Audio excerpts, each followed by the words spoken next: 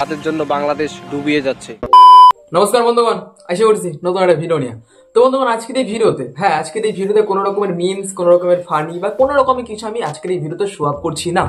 আজকের এই ভিডিওতে আমাদের পার্শ্ববর্তী দেশ অর্থাৎ বাংলাদেশের ব্যাপারে কিছু কথা আমি বলতে চলেছি। কারণ এখন ফেসবুক খুললেই বন্যা আর বন্যা, বন্যা আর বন্যা। ঠিক আছে, এক জায়গায় কিছু না ঘটলে না কিছু রটে না। নিশ্চয়ই বন্যা হচ্ছে, আমরা সচরাচর দেখতে পাচ্ছি সোশ্যাল মিডিয়ার মাধ্যমে যে ওখানে বাংলাদেশের অবস্থা খুবই প্রচন্ড খারাপ, যেগুলোকে দেখে আমাদের বাড়ির মানুষজন, যেরকম বাবা মা সবাই আসছেন ভাই। যেরকম দেখো, একটা মানুষের ভিতরে তো একটা মানুষত্ব বোধ বলতে তো কিছু একটা আছে নাকি, যে ওই দেশে এরকম ভাবে মানুষ মরছে, আমরা একজন বাঙালি হয়ে এরকম একটা ভাবে থাকবো, এটা তো হয় না, তাই না? কিন্তু এখানে মেন বিষয়টা কি হলো, যে ওইখানকার বেশিরভাগ মানুষ আমাদের ভারতকে নিয়ে অ থেকে ও পর্যন্ত আর এ থেকে জেড পর্যন্ত যা যা বলা যায় আর কি সব বলতেছে। ঠিক আছে, এবার একটা জ্ঞানী হিসাবে কিছু কথা তোমাদের বলতে চাই, যারা যারা এইসব বাল বলতে বকছো। ঠিক আছে, জ্ঞানী হিসেবে কিছু কথা বলতে চাই। ধর তুই এক বাড়িতে নিমন্ত্রণ খেয়ে আসলি, একদম গোদা বাংলা বোঝাচ্ছি, এর থেকে ভালো করে বোঝানো যায় না।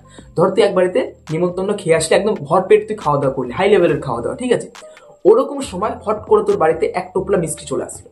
ঠিক আছে, এবার তুই যদি খেতে না চাস, তোর পেট তো ভর্তি, তবুও তোকে খেতেই হবে। ধর এরকম একটা কোনো রকম একটা একটা তোকে একটা কথা বললো যে না তোকে খেতেই হবে। ঠিক আছে মদন, তোকে খেতেই হবে, তুই যতই নিমন্ত্রণ খেয়ে আসিস না কেন, তোকে 4-5টা মিষ্টি খেতেই হবে। তারপরে যখন তুই 4-5টা মিষ্টি খেতে যাস, তখন তোর শরীরে যেই কটা ফুটু আছে সব কটা ফুটু দিয়েই মালমূত্র বেরিয়ে আসতে থাকে। তুই যদি না চাস বের করার, কিন্তু অটোমেটিক সেগুলো বেরিয়ে আসে। তো সেরকমই বাথটা হচ্ছে একটা জল ধরে রাখার একটা কেন্দ্র। সেখানে প্রথমে পরিমাণ অনেক রকমের জল থাকে, অনেক রকম একটা ভাগ থাকে জলের।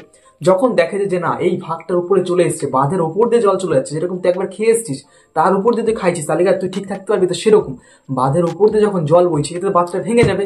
যেখানে তোরা 1% ডুববি, সেখানে তোরা 100% ডুবে যদি মালটা ভেঙে যায়। ভালো করে বুঝি ব্যাপারটা। ঠিক আছে, তারপরে কথাবার্তাগুলি বলবি। ঠিক আছে, দেখ কোনো দেশই চায় না যে সাধারণ মানুষ, কোনো দেশের সাধারণ মানুষ সচরাচর এইভাবে মারা যায়, কোনো দেশে এটা কোনোদিনও চায় না। কিন্তু কখন এটা করে, যখন বাধ্য হয়ে দেখে যে না জল ছাড়া কোনো রকম আর কোনো পরিকল্পনা নেই। এরকম তো না যে বা এক বালতি জল নিয়ে আমাদের ওই দেশে টুক করে ফেলে দিলাম, এরকম তো হবে না, এটা তো কোনোদিন সম্ভব না।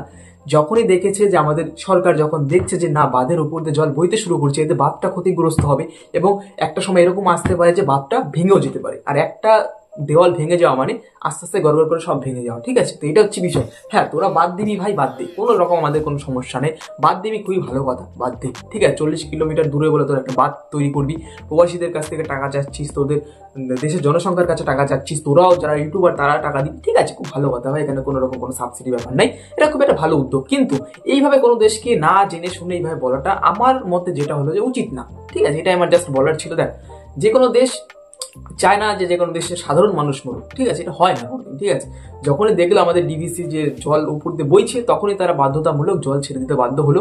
আর এটাকে নিয়ে একটা কিছু করা দরকার। আর এটা কি করবে আমার অতটা ভাবনা চিন্তা আমার নাই। আমার যেটুকু আমার জ্ঞানে যেটুকু আমার বললো সেটা জাস্ট আপনাদের মাঝে শেয়ার করলাম। এরপরে আপনাদের উপর সবকিছু এর থেকে আর গোদা বাংলা বোঝানো যায় না।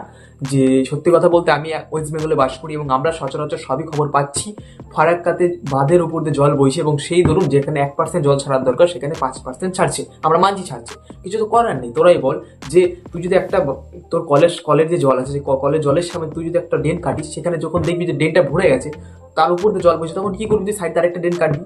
এটাই তো নাকি না তার উপর যদি নতুন করে গাঁথবি, এটা কোনোদিন সম্ভব না। তো এটাই জাস্ট আমাদের সরকার করেছে, কিছু করার নেই ভাই। আমরা অত্যন্ত দুঃখজনক, আমরা অত্যন্ত কষ্ট পাচ্ছি জিনিসটা কিনে, যে কত শয়ে মানুষ। আর সব থেকে বেশি কষ্ট লাগছে যে গরু, তারপরে ছোট ছোট যে বাচ্চারা দেখছি, আমাদের সত্যি খুবই মায়া লাগছে, কিন্তু কিছু করার নেই ভাই। তোমাদের একটা কথাই বলবো, তোমরা সবাই সতর্ক থাকো এবং সেফ জায়গায় যাও। আমাদের দেশে এখন হচ্ছে না, হতেও পারে। দেখো, প্রকৃতির উপর কেউ নেই, এটা হচ্ছে মেন বিষয়, প্রকৃতির উপর কেউ নেই। জাস্ট এইভাবে না জেনে শুনে কোনো দেশকে এইভাবে গালি দেওয়াটা উচিত নয়। এবং এইভাবে আরেকটা কথা জাস্ট বলার আছে তোমাদের, যে এই সময় অনেক ভুলভাল ভিডিও নথিপত্র আপনাদের সামনে যাবে, তো বুঝাবে কান দেবেন না। ঠিক আছে, যেগুলো মেন যেগুলো চ্যানেল, যেরকম বড় বড় যেসব সাইট আছে, সেই সব ওয়েবসাইটে যদি দেখেন তাহলে আপনারা কান দিন। ঠিক আছে, এটা হচ্ছে বিষয়। আজকে আমি বিদায় নিচ্ছি, চলো দেখাচ্ছি কালকে নতুন ভিডিওর সাথে। সবাই ভালো থাকবেন, সুস্থ থাকবেন, নমস্কার, দেখা হচ্ছে।